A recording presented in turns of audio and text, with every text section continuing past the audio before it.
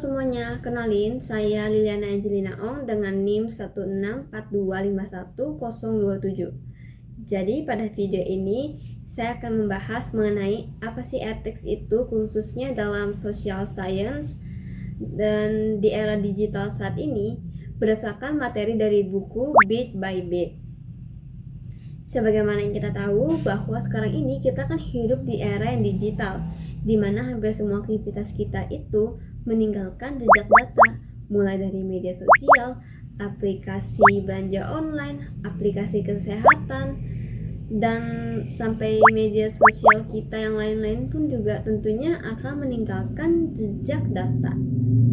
Dan buat peneliti, ini tuh menjadi peluang besar karena mereka bisa menggunakan data kita untuk memahami perilaku masyarakat secara luas. Tapi di balik kemudahan itu muncul satu pertanyaan.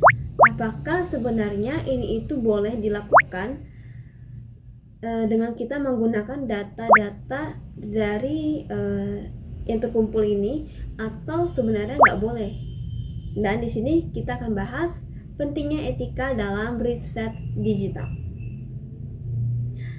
Kalau dulu itu penelitian itu biasanya kan dilakukan lewat wawancara atau survei langsung atau observasi, yang dimana skalanya itu kan dalam skala kecil ya. Tapi sekarang itu semuanya itu berubah. Kita bisa melakukan riset secara digital, bahkan bisa mencakup banyak orang dalam waktu yang sangat singkat.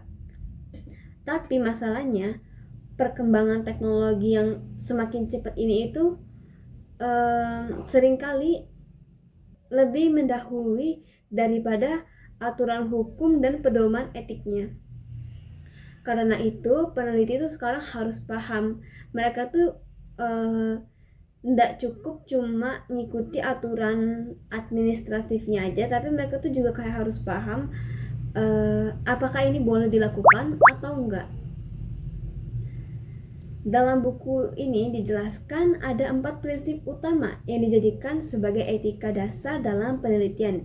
Yang pertama adalah respect for persons. Artinya kita nih harus menghargai hak setiap individu.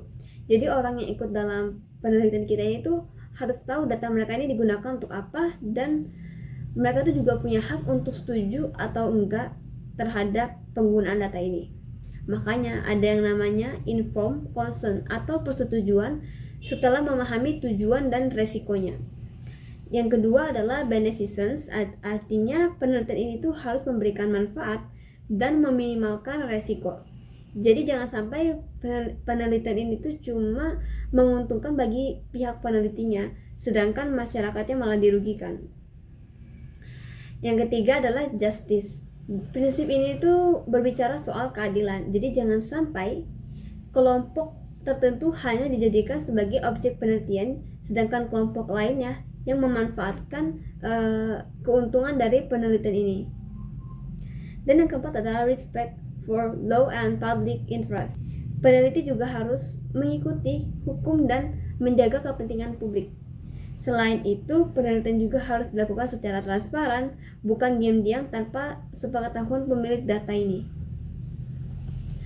Lalu, dalam pengambilan keputusan etis ini, kita biasanya melakukan 2 pendekatan.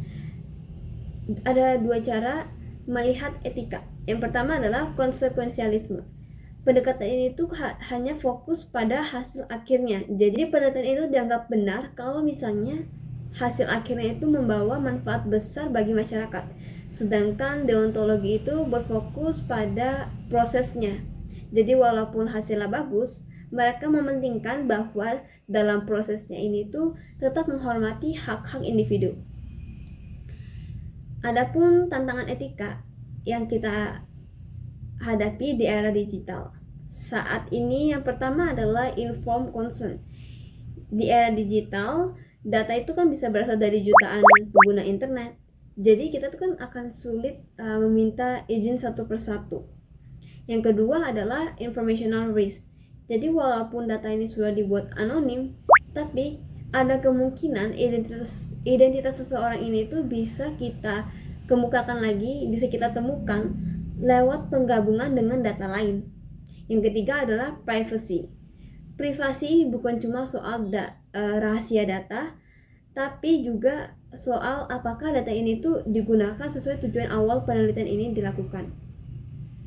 Dan yang keempat adalah kepastian resiko. Kadang dampak jangka panjang dari penggunaan data digital ini kan belum benar-benar kita ketahui secara pasti.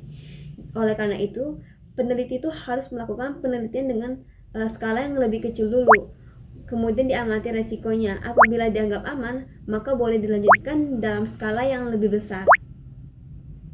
Lalu bagaimana sih materi ini tuh memiliki relevansi dengan kondisi Indonesia saat ini? Tentunya materi ini sangat relevan dengan kondisi Indonesia ya, dimana kan kondisi Indonesia saat ini juga pengguna internet, pengguna media sosial yang semakin banyak, mengingat juga jumlah penduduk Indonesia kan yang sangat besar ya. Artinya data digital masyarakatnya juga sangat banyak. Contohnya dari penggunaan e-commerce, transportasi online, media sosial, ini kan juga bisa kita gunakan untuk menganalisis perilaku masyarakat. Tapi seringkali itu pengguna itu nggak sadar kalau misalnya data mereka itu digunakan untuk penelitian. Yang kedua adalah kasus kebocoran data. Kebocoran data ini itu memang menunjukkan bahwa data anonim itu belum tentu benar-benar aman. Kadang data yang terlihat aman aja masih bisa kita gabungkan dengan data lain sampai kita bisa mengungkap siapa identitas seseorang ini. Contoh ketiganya adalah masalah kesenjangan digital. Kalau penelitian itu cuma memakai data internet bagi penduduk yang ada di kota besar, tentunya penduduk yang ada di daerah pedesaan tidak terwakili. Makanya ini bisa menimbulkan kesenjangan. Lalu bagaimana sih kita menghadapi tantangan etika ini? Yang pertama, kita bisa memakai pendekatan berbasis prinsip. Jadi peneliti ini harus selalu mempertimbangkan aspek kemanusiaan, manfaat, keadilan, dan hukum dalam setiap penelitian yang mereka lakukan. Yang kedua, kita bisa menggunakan metode yang lebih aman seperti mengurangi data yang terlalu sensitif, atau bisa juga menggunakan metode yang memiliki resiko yang lebih kecil. Yang ketiga adalah meningkatkan transparansi. Peneliti sebaiknya terbuka soal tujuan penelitian mereka, cara pengambilan datanya, dan bagaimana data ini disimpan dengan baik.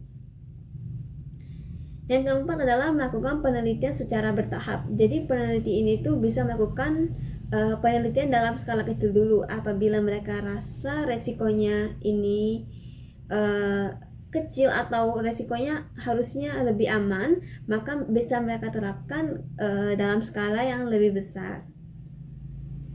Lalu bagaimana sih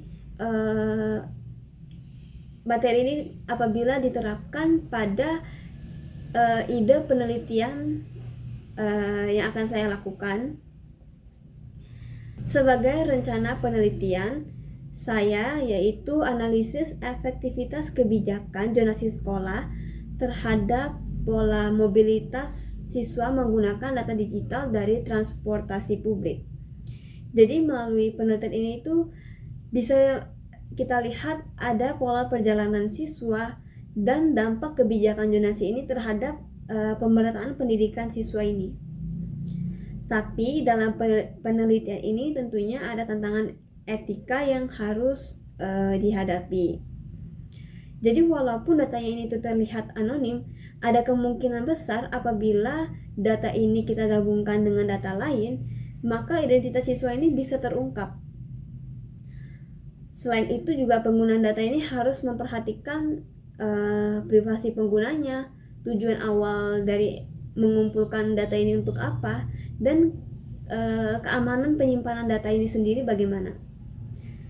Sehingga sebagai peneliti tentunya kan harus memastikan bahwa data ini tuh digunakan dengan baik dan kita harus mempertanggungjawabkan dari penggunaan data ini. Sebagai kesimpulannya, perkembangan teknologi digital ini tentu membuka peluang yang sangat besar bagi penelitian khususnya ilmu sosial.